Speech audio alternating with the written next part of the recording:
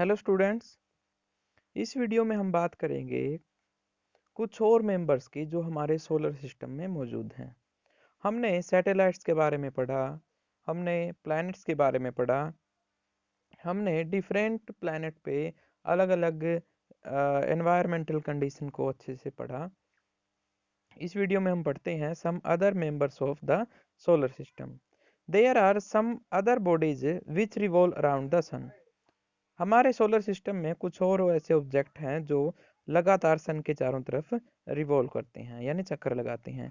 They are also member of solar system, तो इसलिए वो भी हमारे सोलर सिस्टम के मेंबर बन जाते हैं। Let us learn about some of them. चलिए उनके बारे में हम एक एक करके पढ़ते हैं।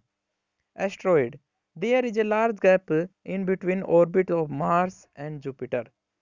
हमें पता है दो प्लैनेट्स जो मार्स और जुपिटर है उनके बीच में एक लार्ज गैप है, और उस गैप में छोटे छोटे बहुत सारे ऑब्जेक्ट ऐसे हैं जिन्हें रॉक्स कह सकते हो आप, और वो लगातार रिवॉल्व करते रहते हैं।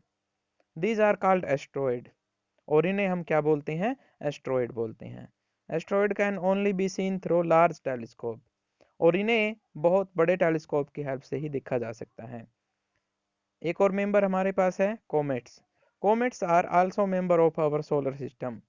कॉमेट्स हमारे सोलर सिस्टम के कुछ मेंबर हैं। They revolve around the sun in highly elliptical orbits, और वे सन के चारों तरफ अराउंड करते हैं, चक्कर लगाते हैं, और इलिप्टिकल पाथ में।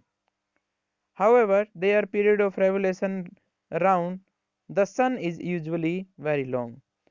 फिर भी उनका जो पीरियड ऑफ रेवोल्यूशन है वो बहुत लार्ज होता है। A comet appears generally as a bright head with a long tail. Comet जो होता है उस जिसे हम धूमकेतु कहते हैं, उसके एक चमकदार सिर होता है, और आ, एक ब्राइट लाइन सी दिखती हमें जैसे वो उसकी पूंछ हो। The length of tail grow in size as it approaches to sun. और ये जो पूंछ है इसका जो साइज है वो लगातार बढ़ता रहता है जब हाँ ये सूर्य के नजदीक पहुंचता है। The tail of a comet is always directed away from the सन।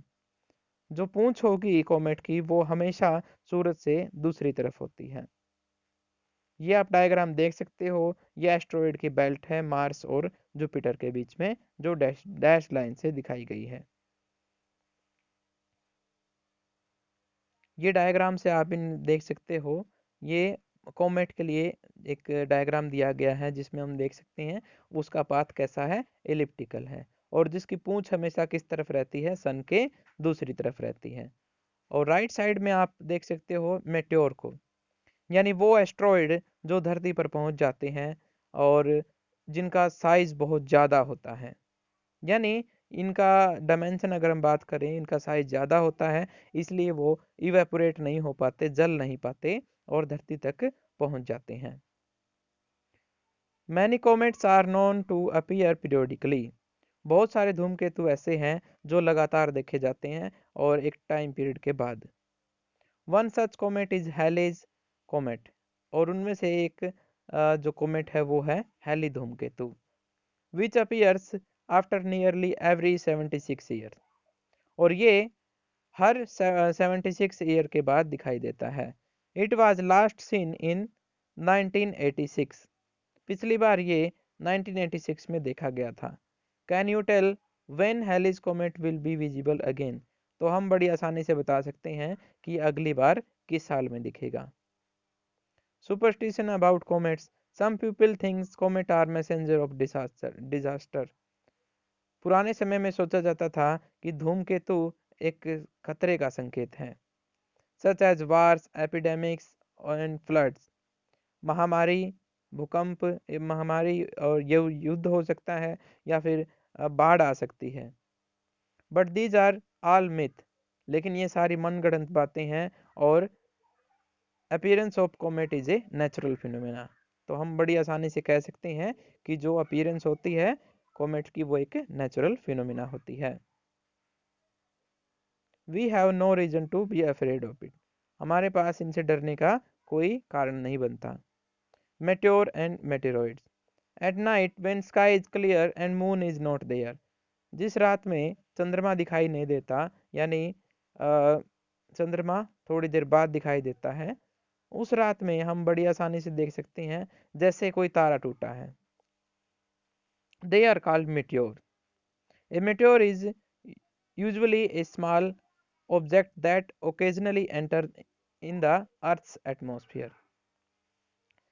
एक एस्ट्रॉयड होता है जो अर्थ के एटमॉस्फेयर में एंटर कर जाता है। At the time it has very high speed, और इसकी ज़्यादा स्पीड होने की वजह से फ्रिक्शन होता है एटमॉस्फेयर में और ये जल जाता है। इट ग्लो, और उसकी वजह से इसमें आग लगनी शुरू हो जाती है और ये ग्लो करना शुरू हो जाता है, और बहुत ज़्यादा हीटिंग की वजह से धीरे धीरे ये इवेपोरेट हो जाता है इन ए वेरी शॉर्ट टाइम, बहुत ही कम समय में।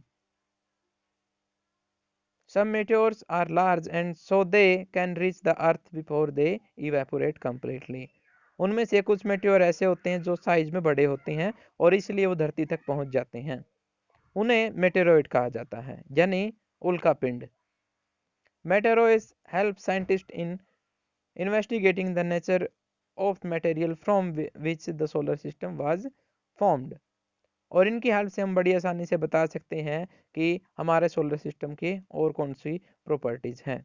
मेटेओर सोवर यानी धूमकेतु की जो पूंछ होती है उसे यहाँ पर कहा जाता है मेटेओर सोवर, और ये रेगुलर इंटरवल के बाद दिखाई देता है। Artificial satellite, you must have heard that there is a number of artificial satellite which are orbiting in earth. हमें पता है कि चारों तरफ कृत्रिम उपग्रह जो है अलग अलग देशों ने धरती के चारों तरफ फिक्स कर दिए हैं। You might wonder how artificial satellite are different from natural satellite. ये प्राकृतिक रूप से काम नहीं करते, इन्हें कृत्रिम रूप से चलाया जाता है, इनके लिए फ्यूल की जरूरत पड़ती है। Artificial satellites are man made, और आर्टिफिशियल जो सैटेलाइट होते हैं वो आदमियों द्वारा बनाए जाते हैं। They are launched from earth, उन्हें अर्थ से क्या किया जाता है, लॉन्च किया जाता है। They revolves around the sun much closer than earth's natural satellite, ये अर्थ के चारों तरफ रिवॉल्व करते रहते हैं जो नेचुरल सैटेलाइट से नज़दीक होते हैं, यानी चंद्रमा से बहुत नज़दीक होते हैं। India has built and launch several artificial satellite, India ने अपने कई उपग्रह आसमान में छोड़ रखे हैं। Aryabhata was the first Indian satellite, और आर्यभट्ट पहला सैटेलाइट था भारत का जो हो पूरी तरह से ठीक ठाक से उसको हमने क्या किया था, लॉन्च किया था। और भी कुछ हैं जैसे इनसेट, IRS, कल्पना 1, एजुसेट, ये सारे सैटेलाइट्स इंडिया के द्वारा भेजे गए हैं।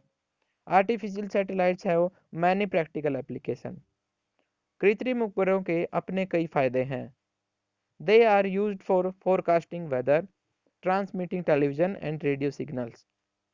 इन उपग्रहों का इस्तेमाल भविष्यवाणी करने के लिए, मौसम से जुड़ी हुई भविष्यवाणी करने के लिए, और टेलीविज़न को रेंज पहुंचाने के लिए, रेडियो सिग्नल यानी रेडियो के लिए जो सिग्नल प्रोवाइड कराने के लिए। They are also used for telecommunication and remote sensing, और जिनका इस्तेमाल हम दूर से बैठ करके दूर संचार माध्यमों में बहुत आसानी से कर सकते हैं। I want to tell you that by remote sensing the mean collecting information from a distance, और रिमोट सेंसिटिंग का मतलब होता है कहीं दूर बैठे बैठे सूचनाओं को पहुंचाना बहुत दूरी से। ये कुछ डायग्राम है जो इंडिया के सैटेलाइट्स हैं, सम इंडियन सैटेलाइट्स, और ये इसरो से इमेज ली गई है। तो इस तरह से हमारा ये चैप्टर जो है कंप्लीट होता है, और मुझे उम्मीद है आपको ये समझ में आया होगा। बहुत इंटरेस्टिंग चैप्टर था और आप इसको करेंगे। Okay, all the best.